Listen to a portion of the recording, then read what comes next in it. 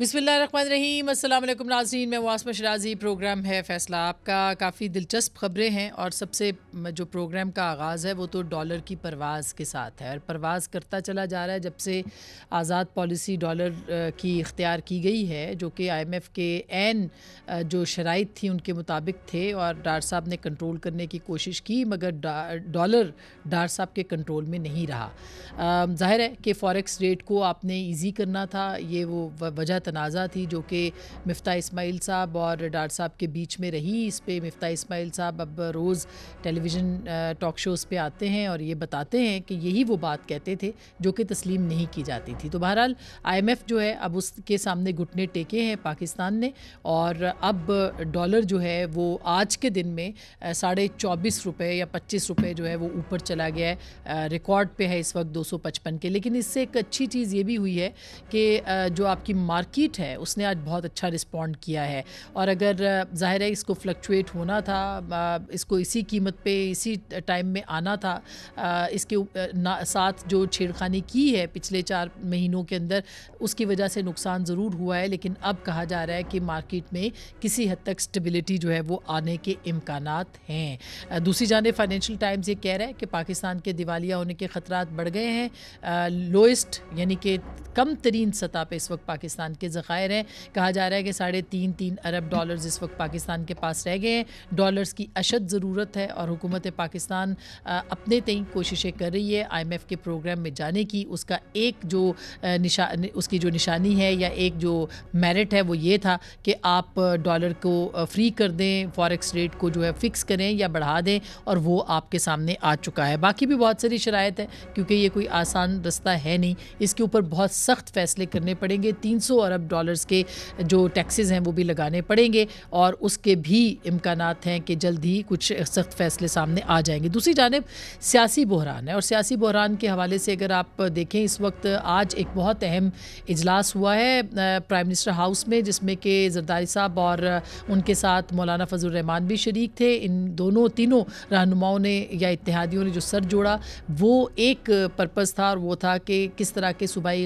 इंतखाबात करवाए जाएँ, खैबर पख्तूनख्वा और पंजाब के अंदर क्या क्या इक़दामात करने हैं, क्या लाए अमल होना है, क्या हिकमत अमली बनाई जानी है। तो अब ये ख़बर निकल रही है कि इलेक्शन कमीशन से रुजू किया जाएगा और कहा जाएगा कि डिजिटल मरदमशुमारी तक जो है इस मामले को लटकाया जाए, ये ज़राए बता रहे हैं। तो अगर ऐसा होता है तो 90 दिन अप्रैल में पूरे होंगे, कोई 14-15 अप्रैल को 90 दिन पूरे होते, उससे आगे 6 महीने 3 महीने का मतलब ये है कि ये मामला वहीं पे आ जाएगा जुलाई और अगस्त के करीब। और आज मलिक अहमद साहब ने फवाद चौधरी साहब की गिरफ़्तारी के बाद एक प्रेस कॉन्फ्रेंस की थी, उसमें उन्होंने उनकी गिरफ़्तारी के हवाले से भी बातें की। उन्होंने कुछ अपनी हुकूमत की गलतियाँ भी गिनवाई और ये भी कहा कि ये आइन शिकनी जब हुई थी तभी ये बात होनी चाहिए थी, गिरफ़्तारियाँ अमल में आनी चाहिए थी और उस वक्त ये नहीं हुआ। और साथ ही उन्होंने ये भी कहा कि ये तो कहीं नहीं लिखा कि 90 दिन के अंदर अगर इंतखाबात नहीं होते तो क्या होगा। क्या कहा मलिक अहमद साहब ने, ज़रा सुनिएगा। जब असेंबली की बहाली का केस आया, इस हुकूमत से जो सबसे बड़ी गलती हुई है, इनके ऊपर आर्टिकल 6 ना लगा, कासिम सूरी पर आर्टिकल 6 लगता था, इमरान खान पर आर्टिकल 6 लगता था। अगर गवर्नर साहब तारीख नहीं दे रहे यानी उनके ऊपर पाबंदी नहीं थी, गवर्नर साहब ये समझते हैं परवेज इलाही ने ये एक्ट किया है bound by influence of Imran Khan और इमरान खान ने डेसोल्यूशन के लिए कोई मुनासिब रीजन भी नहीं दिए। ये एक फर्द वाहिद की चॉइस नहीं होती, ये हालात और वाकयात के साथ होते हैं। आइन में लिखा है कि 90 दिन के अंदर इंतखाबात होने चाहिए, लेकिन अगर 90 दिन में इंतखाबात नहीं होते तो फिर आइन में नहीं लिखा कि क्या होगा। आइन में नहीं लिखा कि अगर 90 दिन में इंतखाबात नहीं होते तो क्या होगा। और कहा जा रहा है कि पहले इसके कुछ जब मोहतरमा की शहादत हुई थी तो उस वक्त भी 2 महीने का डिले जो है ताख़ीर हुई थी। क्या इम्कान है इस बात का कि इंतखाबात अपने वक्त पर ना हो। और सदर मुमलिकत 2 दिन से लाहौर में थे, इमरान खान साहब से उनकी मुलाकातें भी रही हैं।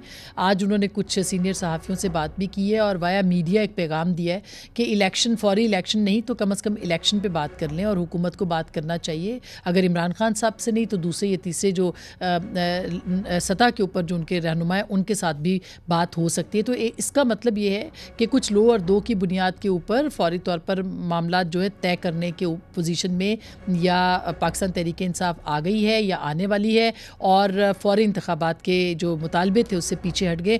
देने की पोजीशन क्या है और लेने की पोजीशन क्या है? क्या ये कोशिश की जा रही है कि कोई मामला तय हो जाए? इमरान खान साहब की गिरफ्तारी के हवाले से खबरें या -1 की बात हो रही है, उसके ऊपर भी आज के इस प्रोग्राम में बात करेंगे। और परवेज़ इलाही साहब ने भी आज एक खिताब किया फवाद चौधरी साहब के जो गिरफ्तारी थी, उन्होंने कहा पहले हो जाती तो ये असम्बलियाँ ना टूटती। कुछ पछतावों का इजहार उन्होंने किया है। वो क्या फरमा रहे हैं वो बड़ा दिलचस्प है, ज़रा सुनिएगा कि क्या कह रहे हैं। हाल और लग जाता ना, इतने तो इन्हों के कपड़े भी नज़र नहीं सन आने। नून लीग खान साहब के साथ जो बैठने वाले थे ना, वो सिरों लै गए सारी पार्टी 3-4 बंदों की वजह से। एक तो बेचारा मैंने ਉਹਦਾ बड़ा अफसोस है, कभी पहला फड़िया जाता तो असी साडा काम ठीक हो जाना सी। मुझे अफसोस इस बात का कि यही लोग जी हुणे तोड़ो हुण किथे हो भाई। मैंने खान साहब को कहा था जी कि आप जब मर्जी तोड़ दें। खान साहब को इन लोगों ने गलत गाइड किया और आज देखे जो हालात जो कुछ कर रहा है ये मोहसिन नकवी, ये अकल का मारा हुआ है, इसको समझ नहीं आ रही। तुम्हारा ये मैंडेट ही नहीं है। कभी कहो जी हम केस बना देंगे, कभी हम ये कर देंगे, कभी क्या कर दोगे तुम? ये सारी चीज़ें देखी हुई हैं, तुमने घर नहीं आना। तुमने घर नहीं आना, ये एक दिलचस्प जुमला है जो कि परवेज़ इलाही साहब ने बोला है। और परवेज़ इलाही साहब की अपनी अब घराना तो टूटा ही, पार्टी भी टूट गई है, काफ लीग तकसीम हो गई है। और चौधरी शुजात साहब के ग्रुप यानी चौधरी सालिक साहब का और तारिक बशीर चीमा साहब ने प्रेस कॉन्फ्रेंस में कहा कि ये एक कू हुआ है या उनकी पार्टी को तकसीम किया गया है बग़ैर पूछे आज जो हुआ है। सो ये जो पछतावे परवेज़ इलाही साहब के हैं ये क्यों हैं इस वक्त, और क्या वाकई फवाद चौधरी साहब की वजह से ही असम्बलियाँ टूटी हैं? ये बहुत इंटरेस्टिंग बात है, इस पर हम बात करेंगे। आज हमारे साथ जो पैनल पे मौजूद है जनाब कमर ज़मान कायरा साहब, मावनी ख़ुसूसी हैं वज़ीर आज़म के, बहुत अहम रहनुमा है। बहुत बहुत शुक्रिया पाकिस्तान पीपल्स पार्टी के, थैंक यू सर। हमारे साथ मौजूद होंगे जनाब अहमद अवैस साहब, एडवोकेट जनरल पंजाब के और पाकिस्तान तहरीक इंसाफ के सीनियर रहनुमा। हमारे साथ मुजम्मिल सुहरवर्दी साहब भी होंगे जो कि मारूफ तज्जिया निगार, तबसरा निगार, कॉलम निगार भी हैं। बहुत बहुत शुक्रिया मुजम्मिल, आपने भी हमें ज्वाइन किया है। साबिक हो चुके हैं अहमद अवैस साहब आई गेस, लेकिन रिस्टोर भी हुए हैं, ऐसा ही है अहमद अवैस साहब? आप जी, अदालत ने आपके हक में फ़ैसला दिया है? लॉ ऑफिस जी मेरे हक में फैसला दिया क्योंकि मैंने उनका केस लड़ा था जो सारे लॉ ऑफिसर्स थे, और मैंने अपने आप को कल के लिए रखा है, कल उसके ऊपर बहस करूंगा। सही। तो अच्छा सर, मैं अब प्रोग्राम का आगाज़ बाकायदा आपकी इजाज़त से करना चाहती हूँ। कायरा साहब, ये आपने एक तो पहले जो आज इजलास हुआ है उससे पहले मलिक अहमद साहब की प्रेस कॉन्फ्रेंस भी आपने सुनी। उन्होंने कहा गलतियाँ थी, असम्बलियाँ टूटी, हमें फौरी तौर पर आइन शिकनी के मुकदमे बनाने चाहिए थे, नहीं बनाए। फवाद चौधरी साहब गिरफ़्तार हो गए हैं, और साथ में उन्होंने ये भी कहा कि ये 90 दिन वाली शर्त तो कोई ऐसी नहीं शर्त कि जिसमें आसानी ना हो। देखिए, ये उनका व्यू है, क्या होना चाहिए था। वो गवर्नमेंट का हिस्सा है, उनकी जमात गवर्नमेंट को लीड कर रही है, वो अपनी जमात को और हुकूमत वक्त को कह रहे हैं, उनका व्यू है। और मलिक साहब दबंगा आदमी हैं और लॉ नोइंग पर्सन है, तो उनका व्यू अपनी जगह मोहतरम है। गवर्नमेंट ने जो मुनासिब समझा वो किया।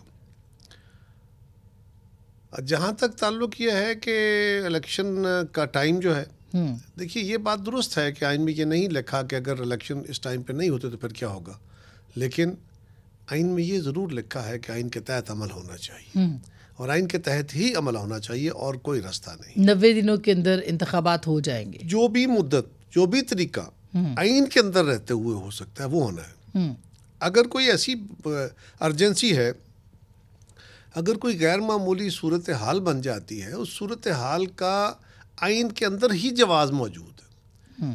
वो अगर आइन के तहत ही ऐसी सूरत हाल पैदा हो जाती है जो आइन जिसको कैटर कर रहा है, यानी हमारे आइन के कमाल ये है कि इसमें ये चीज़ें भी दी गई हैं, कट ऑफ डेट्स भी दी गई हैं, लेकिन साथ ही को गैर मामूली सूरत हाल के भी जवाज़ रखे गए हैं। ऐसी सूरत अगर हो तो फिर उस क्लास के तहत, उन रसूलों के तहत आइन के अंदर रह के चलना है, उससे बियॉन्ड नहीं। और ये डिजिटल मर्दमशुमारी की बात हो रही है, कहा जा रहा है कि आज भी जो सरबराहान की मीटिंग हुई है उसमें यही बात की गई है कि मर्दमशुमारी के लिए 6 महीने चाहिए, जो इलेक्शन कमीशन ने मांगे थे पहले। और आपको याद होगा कि ये जब आइन शिकनी वाला मुकदमा चल रहा था तो उसमें चीफ जस्टिस साहब ने फिर बुलाया था इलेक्शन कमीशन को, और सेक्रेटरी इलेक्शन कमीशन ने उनको बताया था कि मुमकिन नहीं है कि हम ये इस तारीख तक जो है ये इसको पूरा कर लेंगे काम। जहाँ तक मेरा इल्म है, मैं क्योंकि उस मीटिंग का हिस्सा नहीं था, जहाँ तक मेरा इल्म है, हो सकता है मेरा इल्म दुरुस्त हो या ना हो, दोनों बात हो सकती है, लेकिन मेरा जो इल्म है वो ये है कि मर्दमशुमारी डिजिटल जो है उसके लिए मराकज़ कायम कर दिए गए, टैब्स आ गई हैं, दे दी गई हैं, शायद उसकी ट्रेनिंग हो रही है। और ये ख्याल था कि वो मार्च से स्टार्ट होगा और अप्रैल में नोटिफाई होगा, उतना टाइम उसका रखा गया था। उसको जल्दी भी किया जा सकता है, थोड़ा पहले भी हो सकता है, वो बहुत पहले तो नहीं हो सकता, अब जनवरी तो गुजर गया, तो फरवरी में वो कहीं शुरू करके तो मार्च के एंड या अप्रैल के स्टार्ट तक वो जो डिजिटल मर्दमशुमारी है उसके रिजल्ट दिए जा सकते हैं। और उसके बाद इलेक्शन कमीशन को 4 महीने चाहिए होते हैं, वो थोड़ा सा मैक्सिमम 4 है ना, तो 4 से ज़रा पहले भी हो सकते हैं। सो ये 3 और 3 6 महीने, उसके बाद अगले 90 डेज़ में इलेक्शन। तो ये जो एक टाइम फ्रेम है इस तरह है। जो मर्दमशुमारी का अमल है, मर्दमशुमारी अगर हो रही हो तो वो जवाज़ नहीं बन सकता किसी इलेक्शन के इल्तवा का। ये अलग बात है कि पाकिस्तान इस वक्त जिस इसकी मुआशी सेहत जैसी है कि आप पहले बाई इलेक्शंस करवाएंगे नेशनल असम्बली के, जो खान साहब के इस्तीफे हुए हैं, जी हाँ, उसके बाद उन्होंने 2 सूबों के असम्बली, तो 8-10 अरब रुपए पहले लगेगा, 12-14 अरब रुपए फिर लगेगा, फिर मुल्क सारे में इलेक्शन होना है और 2 सूबों में होना है, फिर उसके ऊपर तो इस वक्त इतने बड़े अखराजात, हम तो रुपए को तरस रहे हैं और चीज़ें सेविंग की जा रही है। तो वो दुरुस्त है कि वो प्रॉब्लम्स अपनी जगह, लेकिन आइन जो बात कह रहा वो है क्लियर है, उसी के अंदर रह के चलना है। ये जो नेशनल असम्बली के इलेक्शन है, बाय इलेक्शन जो सूबों के इलेक्शन है, वो बाय इलेक्शन नहीं है, वो जनरल इलेक्शन, वो तो फ्रेश। ये जो बाय इलेक्शन है ये तो बहरहाल 60 डेज में होने हैं। जी हाँ, ये तो होने हैं बिल्कुल। अहमद अवैस साहब, आप क्या कहते हैं? फिर मैं ये पुरानी मर्दमशुमारी पे ही होने हैं जी, इसके लिए नई हल्काबंदी नहीं चाहिए। तो अहमद अवैस साहब, आप क्या कहेंगे कि क्या आपको लग रहा है कि इंतखाबात होंगे? स्केजुअल अभी तक नहीं आया, दोनों सूबों का निगरान सेटअप आ गए हैं और आज तो टिकिंग भी शायद कहा जा रहा है कि आज ही पंजाब की भी हो जाएगी, नाम फाइनलाइज हो गए। तो आपको क्या लगता है सर, आइन क्या कहता है? बिस्मिल्लाह। देखिए, बात यह है कि आइन तो जैसे अभी कारा साहब ने बात की है, उससे पहले बड़ा जोशीले अंदाज में मलिक अहमद साहब ने बात की है। बड़े अच्छे आदमी हैं और बड़ी सूझबूझ रखते हैं और बड़ा दर्द भी रखते हैं, और ये उनकी अच्छी बात थी जो उन्होंने भी की कि आइन के ऊपर ही चलें, आइन को पकड़ के रखें, तभी इसमें बच्चा था सबकी। अब जो ये इन्होंने बात की है इस वक्त, उसमें मैं ये कहूँगा कि देखिए, जब ये केस चल रहा था ना, जब आपने इसको चैलेंज किया हुआ था सुप्रीम कोर्ट में, जब ये नो कॉन्फिडेंस वाला इशू चला था, तो सुप्रीम कोर्ट ने अपना फैसला सुनाने से पहले चीफ इलेक्शन कमीशन को अदालत ने बुलाया था सुप्रीम कोर्ट में, और उनसे पूछा था कि आप इलेक्शन कितनी देर में करवा सकते हैं, आपकी क्या तैयारी है। और कैटेगोरिकली इन्होंने वहां पे एक लार्जर बेंच के सामने खड़े होकर ये कमिटमेंट की थी और कहा था कि जी इलेक्शन जो है, हम 4 से 5 माह में हमारी हर तैयारी मुकम्मल हो जाती है और हम 4 से 5 माह में करवा देंगे। ये बात मार्च की है जी। आप अंदाजा लगाइए कि मार्च के बाद ये 5 महीने भी गुजर गए, उससे अगला जून जुलाई की उन्होंने बात की थी कि जून जुलाई तक, ठीक बात है, ठीक है जी। उन्होंने कहा था 6-7 महीने लगेंगे। हाँ, तो इसलिए इसका मतलब यह है कि कोई भी पाकिस्तान के अंदर आइन को जो है एक मुकद्दस किताब भी नहीं समझता और ना उस पर अमल करना चाहता है। हम अपनी अपनी रिक्वायरमेंट के मुताबिक, अपनी अपनी विम के मुताबिक, अपनी अपनी ख्वाहिशात के मुताबिक और अपनी अपनी जो हमारे अपनी पर्सनल इंटरेस्ट हैं उनको पेश नज़र हम आइन को भी मोम की नाक बना के रखते हैं और तमाम कवानीन को भी आसानी से तोड़ देते हैं। और हमारे बिल्कुल अहमद अवैस साहब, आपकी बात बिल्कुल दुरुस्त है, इसीलिए इसी डिस्कशन को मैं एक गुजारिश कर सकूं? जी ये जो डेट नहीं दी जा रही, डेट हुकूमत ने देनी है और हुकूमत अभी तश्कील नहीं पाई, क्योंकि चीफ मिनिस्टर हुकूमत नहीं होते, हुकूमत काबीना होती है पूरी, और काबीना आज या कल में मुकम्मल हो जाएगी तो उसके बाद ही डेट आएगी, इससे पहले डेट नहीं आ सकती थी, ये लीगल है। दूसरी बात यह है कि मरदमशुमारी कराना इलेक्शन कमीशन का काम नहीं है, वो तो हुकूमत का काम था। लिहाजा उनको मरदमशुमारी करा के आप जब लेटेस्ट सेंसस दे देंगे और नोटिफाई कर देंगे, उसके बाद उन्होंने हल्का बंदियां करनी है अगर मरदमशुमारी के बाद जाना है। और अगर आपने बाई इलेक्शंस में जाना है, जो कि आ गए हैं, तो बाई इलेक्शंस उन्हीं हल्का बंदियों पे, उन्हीं हलकों में होने हैं जब उस वक्त पुराने हल्के थे। ठीक, उसके लिए नई हल्का बंदी की जरूरत नहीं है, लेकिन वो तो जिमनी इंतखाब की बात कर रहे हैं, ये तो फ्रेश इलेक्शंस की बात हो रही है ना। जो सूबाई इलेक्शन होने जा रहे हैं, उसके लिए नई हल्का बंदी की जरूरत अभी नहीं है। हाँ, क्योंकि अभी नई हल्काबंदी हुई नहीं है, नई मर्दमशुमारी नहीं। वो यही कहा जा रहा है कि हुकूमत ये चाहती है कि हम रुजू करें इलेक्शन कमीशन से कि पहले मर्दमशुमारी की जाए, क्योंकि बहुत सारे हलकों की ये तजवीज़ अपनी जगह, इस पे ऊपर डिबेट है कि 2 सूबों और मरकज में बाद में होगा, अखराजात का इशू है, अनामली होगी। अच्छा, मैं खबर पे, चूंकि मुजम्मिल साहब के पास खबरें बहुत होती हैं, मुजम्मिल साहब आपको क्या लगता है, सर आईनी जो लुकूनाज है उस पर तुम बात करेंगे, खबर क्या है, इंतखाबात होंगे विद इन 90 डेज सूबाई असम्बलियों के या नहीं? मुश्किल है, काफी मुश्किल है। वजह सेंसस भी इशू है और फिर देखें उनकी शफाफियत भी इशू है। अब मुल्क में अगर एक वफाकी हुकूमत मौजूद होगी और सिंध की हुकूमत मौजूद होगी, बलूचिस्तान की हुकूमत मौजूद होगी और आप पंजाब और केपी में इलेक्शन कराएंगे, तो क्या वो हुकूमतें इन इंतखाबात पर असरअंदाज नहीं होंगी? क्या आपका ख्याल है कि वफाकी हुकूमत जो है वो पंजाब के और केपी के इंतखाबात पर असरअंदाज नहीं होगी? सिंध की हुकूमत जनूबी पंजाब के इंतखाबात पर असरअंदाज नहीं होगी? फिर इनकी शफाफियत पर बहुत बड़ा सवाल रहेगा। जो ही कैंपेन शुरू होगी तो ही शोर मचाना शुरू कर देंगे कि जी ये देखें, ये वुज़रा आ रहे हैं, ये फलां हुकूमत ने ये कर दिया, वफाकी ने ये कर दिया, सिंध में देखें जी साथ ही रहीम यार खान लगता है साउथ में पीपल्स पार्टी सिंध से असरअंदाज हो रही है। और मेरे ख्याल में अगर आप ये दो, और इसी तरह केपी के बारे में भी बात होनी शुरू हो जाएगी, मेरे ख्याल में अगर आप ये इंतखाबात करवा भी लें तो ये शफाफ नहीं हो सकेंगे और काबिल कबूल नहीं हो सकेंगे। तो बेटर सेंस यही है कि इकट्ठे कराए जाएं, क्योंकि पाकिस्तान में देखें पहले 2 दिन होते थे इंतखाबात, कायरा साहब को पता होगा, कौमी असम्बली का 1 दिन होता था और सूबाई असम्बली के 2 दिन बाद होते थे। लेकिन फिर ऐसा हुआ कि उसमें भी शफाफियत के सवाल हो गए कि जो कौमी जीत जाते थे सूबाई वाले दिन ज्यादा धांधली हो जाती थी, जो सूबाई वाले दिन तो लोग कहते, तो उन्होंने कहा 1 ही दिन कराए जाएं ताकि ट्रांसपेरेंट रहे, लोग इकट्ठे 2 वोट, और उसमें अखराजात भी एक इशू था, वो भी कम हो गए, वो भी कम हो गए।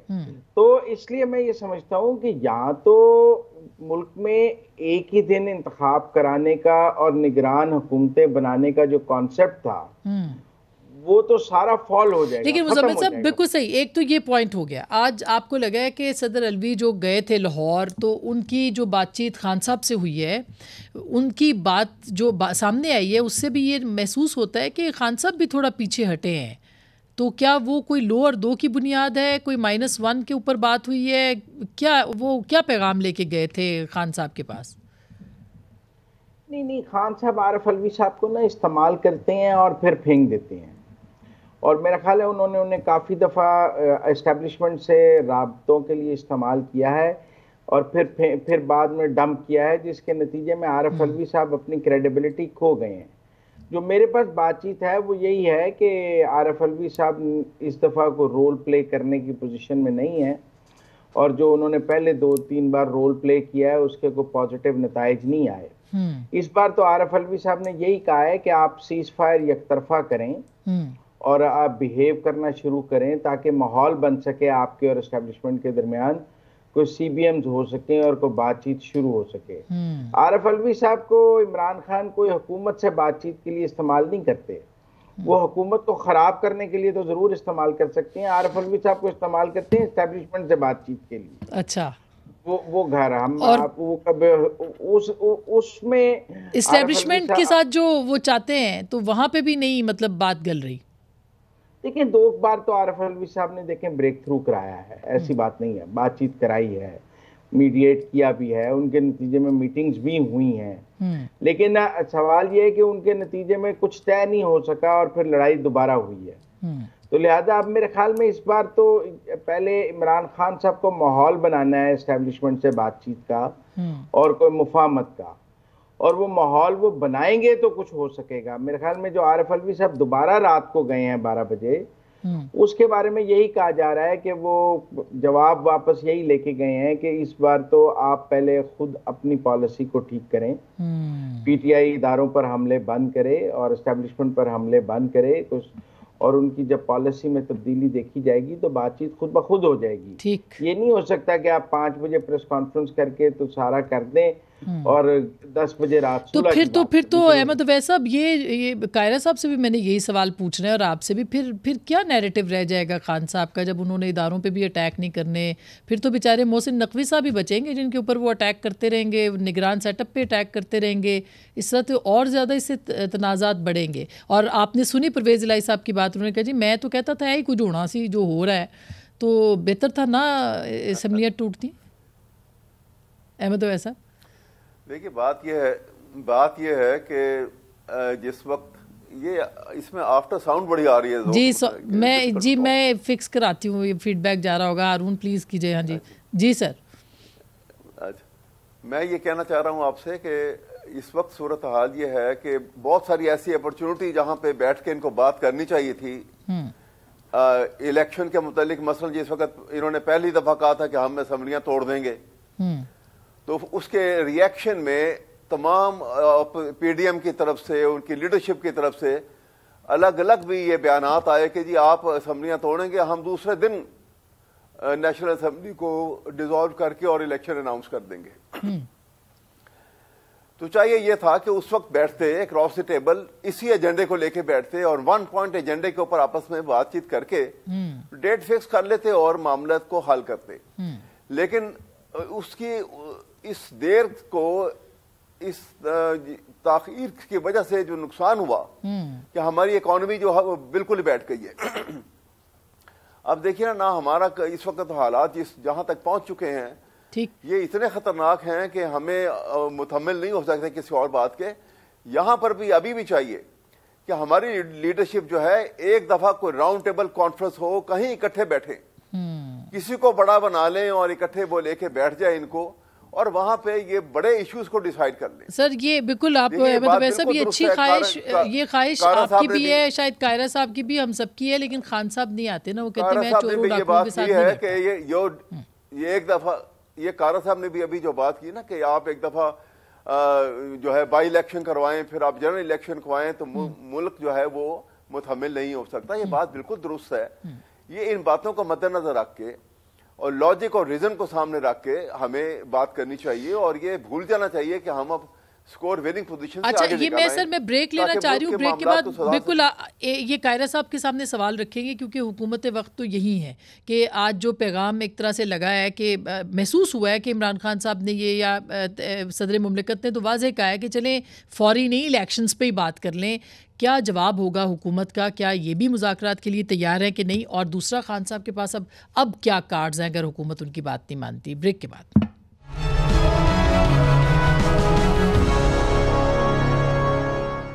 वेलकम बैक नाज़रीन, एक बार फिर आपको खुशामदीद कहते हैं। कायरा साहब, अब ब्रेक से पहले हम बात कर रहे थे कि सदर साहब ने तो कह दिया है ना, आपने अगर उनकी बात सुनी हो तो उन्होंने कहा है कि जी फौरी नहीं तो इलेक्शन पे ही बात कर लें, कोई ऐसी बात नहीं, मगर हुकूमत बात करने को तैयार नहीं है। तो ऐसा ही है कि आप लोग बिल्कुल तैयार नहीं है। और दूसरा, पंजाब असम्बली आपकी मंशा के मुताबिक टूटी थी।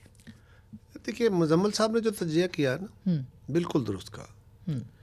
सदर साहब बेचारों का क्या इख्तियार है, भले आदमी है, हमारे भी पुराने दोस्त थे, आजकल तो सदर हाउस में कैद हो गए, लेकिन उनकी खान के आगे कुछ चलती है? किसी बंदे की कोई बात वो खान साहब सुनते हैं? आप किसी उनके मेंबर को अलग से पूछे, हर बंदा आपके साथ, आप तो साफ़ी हैं, आपके साथ तो बातें होती होंगी। अब सारी बातें तो मीडिया पे नहीं की जा सकती, लेकिन खान साहब के दसियों ऐसे मौके हैं जिसमें उन्होंने एक मौक़िफ़ लिया, बंदों को आगे किया, पीछे हट गए। सदर साहब कह रहे हैं कि खान साहब बातचीत करना चाहते हैं। खान साहब ने भी कहा है मैं बातचीत करना चाहता हूँ, कहीं कहा है? नहीं, उन्होंने तो बल्कि यहाँ तक कहा कि दूसरे तीसरे लेवल के जो लोग हैं उनके साथ बैठ जाए, अगर खान साहब नहीं बैठते। किसने पूछा उनसे? सवाल ये है कि दूसरे तीसरे लेवल लोगों की हैसियत क्या है। यहाँ लोग जो उनके दूसरे लेवल के लोग हैं वो जितनी बातें करके गए हैं, उसके बाद कितनी दफ़ा हुआ, असेंबली के अंदर हुआ, स्पीकर साहब का हुआ। आप जरा वो जो अदम एतमाद का टाइम था वो जरा गौर करें। वो यहाँ बात करके जाते थे, खान साहब जाके उनको छुट्टी करा देते थे, उनकी किसी की जरूरत ही नहीं होती। तो वहाँ तो नंबर एक सही बात होगी तो होगी, बाकी किसी को तो इख्तियार ही नहीं है। और उन्होंने आपसे बात करनी नहीं, वो कहते हैं चोरों डाकुओं के साथ नहीं करनी बात। सवाल ये है कि अगर कोई बंदा इतना सेल्फ राइटियस है, वो कहता है मैं ही सब कुछ हूँ, इस फिजा में खान साहब के साथ बात कौन करे? ये बहुत अच्छा जज्बा है, ये बहुत अच्छी ख्वाहिश है, और यकीनन वे फॉरवर्ड ऐसा ही है। हम भी सियासी जमातें एक दूसरे के बहुत मुखालफ रहे हैं, शदीद मुखालफ रहे। फिर एक वक्त आया, हमने भी मार खा खा के सीखा कि भाई इस तरह मुल्क और निज़ाम नहीं चला करते, और हम बैठे, फिर आपस में इख्तलाफ हुए, फिर बैठे, फिर इख्तलाफ हुए, फिर बैठे, एक दूसरे के खिलाफ हुकूमतें बनी। हमने चार्टर ऑफ इकोनॉमी नहीं, चार्टर ऑफ डेमोक्रेसी करके फाइनल किया। उसके बाद मुस्लिम लीग से लड़ाई हुई, इसके बावजूद मुस्लिम लीग के दौर में लेजिस्लेशन होती रही, हम साथ थे। जितने आईनी ओहदों के ऊपर तकर्रियाँ हुई, कोई तनाज़ा बना इसलिए नहीं बना कि दो बंदे नहीं बैठे, हमारे दौर में भी नहीं बैठे। हाँ। लीडर ऑफ द अपोजिशन और लीडर ऑफ द हाउस ने बैठ के मशावरत नहीं की। लेकिन बैकडोर जरूर था कि लोग मौजूद थे, जाके एक दूसरे से बातें करते अभी थे। आप खान साहब के अलावा किसी से बात नहीं करेंगे? जो नहीं, हमें नहीं एतराज, कोई दूसरा खान साहब की मर्जी के बगैर अपने तौर पे किसी, देखो ना बातचीत क्या होती है। हम कह रहे थे खान साहब को, और ये ऑन रिकॉर्ड है, मैं आपके प्रोग्राम में कह रहा हूँ, रिकॉर्ड के ऊपर 10 प्रोग्राम मैंने कहा, राना सनाउल्लाह ने कहा, और हमारे बाकी कोलीग्स ने कहा। क्या कहा कि जनाब आप शराइत ना रखें, इलेक्शंस की शराइत ना रखें। वो कहते थे डेट दे, हमने कहा शर्त ना रखें, ये शर्त है, आप इलेक्शन जल्दी कराने का मुतालबा रखें और दीगर मुतालबे रखें, आए बैठ के बात करते हैं। हाँ, हम आपको कायल करते हैं, आप हमें। और अगर ऐसा हो जाता है 2-4 महीने इलेक्शन पहले हो जाए, बाद में हो जाए, कोई क़यामत नहीं आ जाएगी। तो मैं अहमद उवैस साहब के पास एक क्विकली सर मैं आपका कमेंट चाहती हूँ। इसका मतलब ये है कि पंजाब असेंबली जो टूटी, क्योंकि परवेज़ इलाही साहब की जो मैंने गुफ्तगू सुनी है, उससे तो मुझे यही लगता है कि इमरान खान साहब का अकेले का फैसला था, परवेज़ इलाही साहब का नहीं था, और उसका फ़ायदा आप लोगों ने उठाया। देखिए, टूटने दिया, हमें फ़ायदा नहीं हुआ। देखिए, बात यह है कि हमारी तो पूरी कोशिश थी। हमारा फ़ायदा क्या था? हमारा फ़ायदा था कि जमहूरी निज़ाम तसलसल चले। हम कोशिश में थे कि ये असम्बली ना टूटे, और हम कह रहे थे कि हम असम्बली नहीं टूटने देंगे। हमने कोशिश भी की। अब गौर करें, आइन क्या कहता है, आइन की मंशा क्या है। आइन की मंशा यह है कि अगर कोई चीफ मिनिस्टर ये समझता है कि सूबे के हालात ऐसे हो गए हैं कि अब गवर्न करना, रूल करना, लेजिस्लेशन करना ये मुमकिन नहीं रहा, ये मुश्किल हो गया है, तो बेहतर है कि वो नए इंतखाब में चले जाएं। ये उनका ना अनकंडीशनल राइट नहीं है, कोई शरायत आइन तो नहीं लगाता, लेकिन ये नहीं हो सकता कि आज इंतखाब हुआ, महीने बाद चीफ मिनिस्टर कहे मेरी मर्जी नहीं है, मैंने असेंबली तोड़ दी। चॉइस साहब फ्री विल के साथ असेंबली नहीं तोड़ी उन्होंने। आज इजहार कर दिया उन्होंने, कहा कि चंद लोगों की वजह से ये सरापा एहतजाज है। हाँ। बल्कि आज वो पंजाबी में तकरीर कर रहे थे, तो पंजाबी में जितनी बातें उन्होंने की हैं, उन्होंने तो कहा ना, मैं बार बार कह रहा था असेंबली ना तोड़ो, अब तोड़ी है तो भुगतो। हाँ। तो बेसिकली वो पंजाबी की तकरीर थी ना, तो पंजाबी में तो उसका जवाब यही बनता है, हूं और चुप हो। अहमद उवैस साहब, इसका मतलब ये कि आपने प्लेट में रख के दे दी है हुकूमत PDM को। सर, गलत फैसला था। आपने क्या मशवरा दिया था सर? इमरान खान साहब को आपने क्या मशवरा दिया था? देखिए, असल में I being the advocate general को इनके उस मशवरे के मैं इतना इन्फ्लुएंस नहीं करता था। ये इनके बहुत सारे जो इनके पॉलिटिकल एडवाइजर्स थे और इनके साथ थे, उनके मशवरे इसमें ज़्यादा अहमियत रखते थे। लेकिन मतलब सॉरी, आपकी कता कलामी माफ सर, कता कलामी माफ, आप ये एग्री करते हैं परवेज़ इलाही साहब की बात से कि फवाद चौधरी साहब अच्छा हुआ अंदर चले गए, पहले चले जाते तो फ़ायदा हो जाता? यानी उनका कहना है कि इन लोगों के कहने पे खान साहब ने ये फैसला किया है। ये बात दुरुस्त है कि इमरान खान साहब ने इनके कहने पे फैसला किया? नहीं, मैं इस मामले में इनके इतने करीब नहीं था, इसलिए मैं कुछ आना नहीं बता सकता। लेकिन मैं ये ज़रूर कहूँगा कि जिस वक्त ये बात होती थी ना, तो वो अक्सर PDM की तरफ से आता था कि हम जी अगले दिन तोड़ देंगे। मेरे ख्याल में इमरान खान के ज़हन में शायद ये बात हो कि जी मैं इनिशिएटिव ले लेता हूँ और फिर ये इलेक्शन का सिलसिला शुरू हो जाएगा। लेकिन ट्रैप हो गए वो मामला उसके अदरवाइज हो गए हैं। अहमद अवैस साहब माफी चाहता हूँ, इसलिए मेरा माफी चाहता हूँ, हमारी तरफ से शायद किसी का एक आध बयान कभी आया हो, ये हमारी कंसिस्टेंट पॉलिसी नहीं थी। हम ये जरूर कहते थे कि खान साहब ये मुतालबा करने से पहले कि कौमी असम्बली डिसॉल्व करो और दोनों सूबे अपनी असम्बलियां तोड़ दें, पहले अपनी असम्बलियां तोड़ के अपने आप में सीरियस पैदनस तो पैदा करें। हमारी तरफ से नया इंतखाब करा देंगे और फौरी नहीं, आप ये कहते थे अगर आप इंतखाब चाहते हैं तो दो असम्बलियां नहीं, हम कहते थे कि इंतखाब का मुतालबा करने के लिए इसमें संजीदगी तो लाओ।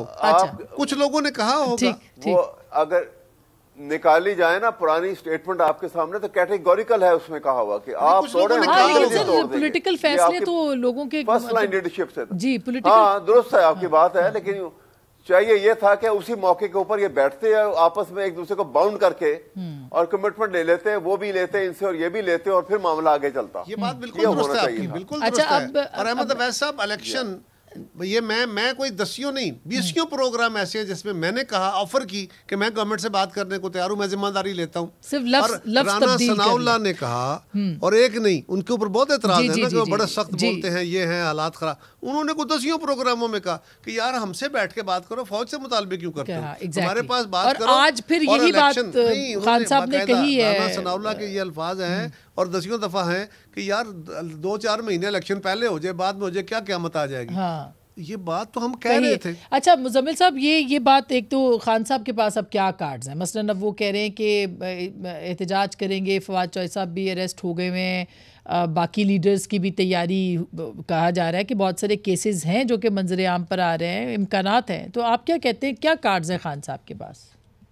देखिए मेरे ख्याल में एक जगह कोई मिसकैलकुलेशन हो गई है खान साहब से, और वो मिसकैलकुलेशन एहतजाजी सियासत के हवाले से हुई है। देखें, खान साहब के जलसे बहुत बड़े हुए थे और जिससे खान साहब का ये ख्याल था कि लोग उनके लिए बाहर निकल आएंगे, लेकिन गुज़श्ता 3 कॉल्स जो उन्होंने एहतजाज के लिए दी हैं वो बड़ी बुरी तरह नाकाम हुई हैं। एक, जब गवर्नर ने डी नोटिफाई किया तो उन्होंने गवर्नर हाउस के बाहर एहतजाज के लिए कहा तो कुछ 200-250-400 लोग थे। फिर उन्होंने उसके बाद जब असेंबलियां तोड़ने का ऐलान करना का, उस वक्त भी लिबर्टी पे कम लोग थे। और फिर ये जब इलेक्शन कमीशन के बाहर एहतजाज की बात की गई है इस्तीफों की मंजूरी के बाद, और ये वो, तो वहाँ भी 200-300-400 लोग थे। तो एक जो बड़ा, कायरा साहब पंजाब की सियासत को समझते हैं बड़ा ज़बरदस्त, पंजाब की सियासत में मुज़ाहमती सियासत और एहतजाज की सियासत को लेके चलना एक मुश्किल काम है। ऐसा ही है। और खान साहब इस चीज़ को मिस कैलकुलेट कर गए। देखें, लोग वोट डाल देते हैं, नवाज शरीफ को भी ये प्रॉब्लम था, लोग वोट डाल देते हैं, ये प्रॉब्लम बेनज़ीर और भुट्टो साहब को भी रहा।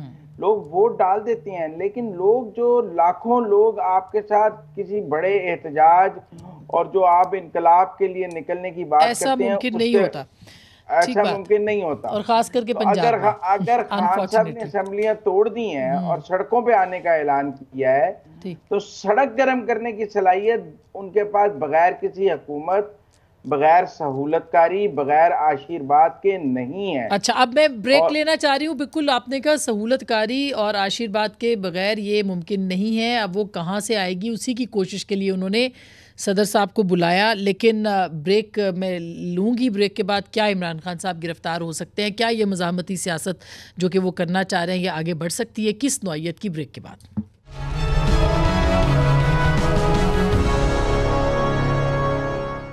वेलकम बैक नाजरीन, एक बार फिर आपको खुश आमदीद कहते हैं। अच्छा मुजम्मिल साहब, ब्रेक से पहले आपसे बात चूँकि हो रही थी, फिर मैं अहमद अवैस साहब के पास आती हूँ और वाइंड अप करेंगे। कायरा साहब, ये बताइए कि इमरान खान साहब गिरफ़्तार हो सकते हैं, और अगर हो सकते हैं तो कितना एहतजाज हो सकता है उनकी गिरफ्तारी पे? उतना ही एहतजाज होगा जितना नवाज शरीफ की गिरफ्तारी पे हुआ था। वो तो नहीं हुआ था। जब नवाज शरीफ गिरफ्तार हुए थे वो इतने ही पॉपुलर थे जितने इमरान खान पॉपुलर हैं, कोई ऐसी बात नहीं है। और ये पंजाब का मिजाज है, तो उतना ही एहतजाज होगा जितना बेनज़ीर की शहादत या भुट्टो की फांसी पर हो गया था। ये मुझे नहीं लगता, तो इसलिए पंजाब का अपना एक मिजाज है, डोंट मिस कैलकुलेट। तो ये मरियम साहिबा वापस आ रही हैं तो कोई मतलब बहुत नून लीग उनके ऊपर बहुत ज़्यादा मतलब भरोसा कर रही है। क्राउड पुलर तो है ना, एक मोमेंटम की जो जरूरत होगी वो तो मिल जाएगा ना। बाकी तो पार्टी का वोट बैंक तो कोई क्रिएट नहीं कर सकता इस वक्त। वो तो पॉलिसीज फेडरल गवर्नमेंट की, उस पर तो बहुत सारे फैक्टर्स हैं। ठीक, लेकिन एक क्राउड पुलर होंगी और एक जो अपना जितना वोटर है उसको इकट्ठा कर लेंगी, कैंडिडेट्स इकट्ठे कर लेंगी, यूनिफिकेशन हो जाएगी, सिर्फ तय हो जाएगी, बहुत से पॉजिटिव और बयानियां शायद जो कि क्लैरिटी के साथ नहीं। ठीक बात, ठीक बात। अच्छा अहमद उवैस साहब, सर अगर आपने सुना कि अगर गिरफ्तार होते हैं इमरान खान साहब तो एहतजाज वो कह रहे नहीं होगा, आपका क्या कहना है? नहीं, मेरा ख्याल है कि एहतजाज इसलिए भरपूर होगा मुल्क के अंदर, उसकी एक रीज़न ये है कि इमरान खान का एक परसेप्शन ये डेवलप हो गया है कि वो सिंसियरली पाकिस्तान के लिए और आवाम के साथ खड़े हैं और कोई उनके ऊपर किसी किस्म का भी मॉनेटरी और अदरवाइज करप्शन का चार्ज नहीं है। तो लोग उनको ये समझते हैं कि ये इस स्टेयर आउट कर सकते हैं इस क्राइसिस से। एक परसेप्शन डेवलप हुआ है। ठीक। और वो जो उनके मुख्तलिफ जगहों पर जो उन्होंने पहली कैंपेन चलाई थी, ठीक, उसके पेश नज़र, और दूसरी तरफ एक पीडीएम की लीडरशिप आई, फिर उन्होंने नैब के सबसे पहले तरमीम की, फिर वहां से केसेस वापस लिए, तो लोगों के अंदर एक नेगेटिव परसेप्शन उनके मुतालिक भी डेवलप हुआ है। इसलिए ये बड़ा क्राइसिस का टाइम है। मैं आपको बताऊं, ये इतना बॉर्डर लाइन केस है कि it can lead to any side. अच्छा। ये टोटल एनार्की की तरफ भी हम जा सकते हैं और हम यहाँ से एक हेलीपैड पे ऐसे खड़े हैं, यहाँ से फ्लाई आउट भी कर सकते हैं। ठीक सर, आपका क्या कहना है हुकूमत गिरफ्तार करने का? क्योंकि कल अता तारड़ साहब कह रहे थे कि हो सकते हैं। पिछले 9 महीने में कोई एक बंदा हमारी हुकूमत ने गिरफ्तार किया किसी एक के खिलाफ? फवाद चौधरी साहब को तो फवाद चौधरी को इलेक्शन कमीशन की कंप्लेंट पे एफआईआर हुई, हमारी नहीं है, गवर्नमेंट की तरफ से नहीं है। हमने कोई कंप्लेंट दाखिल नहीं की, हमने कोई उनके खिलाफ एफआईआर दर्ज नहीं की, कोई उनके खिलाफ इंक्वायरी शुरू नहीं की। सो ये बिल्कुल नामुनासिब बात है कि हम ये गवर्नमेंट पर डाला जाए। सो सवाल ये है कि गवर्नमेंट अगर इमरान खान साहब को गिरफ्तार करना चाहती तो अब तक उनके खिलाफ केस बना देती। अच्छे होते, झूठे होते, सच्चे होते, बन जाते। उनके खिलाफ वो कई सारे केसेस है ना, तो शखाना का बन जाता, कोई अलकादर का बन जाता, कोई और बेशुमार केसेस बनते, लेकिन कोई एक केस बना, इन्वेस्टिगेशन होती नहीं, सब कुछ होता रहा। सो पहली बात तो यह है कि क्यों गिरफ्तार होंगे?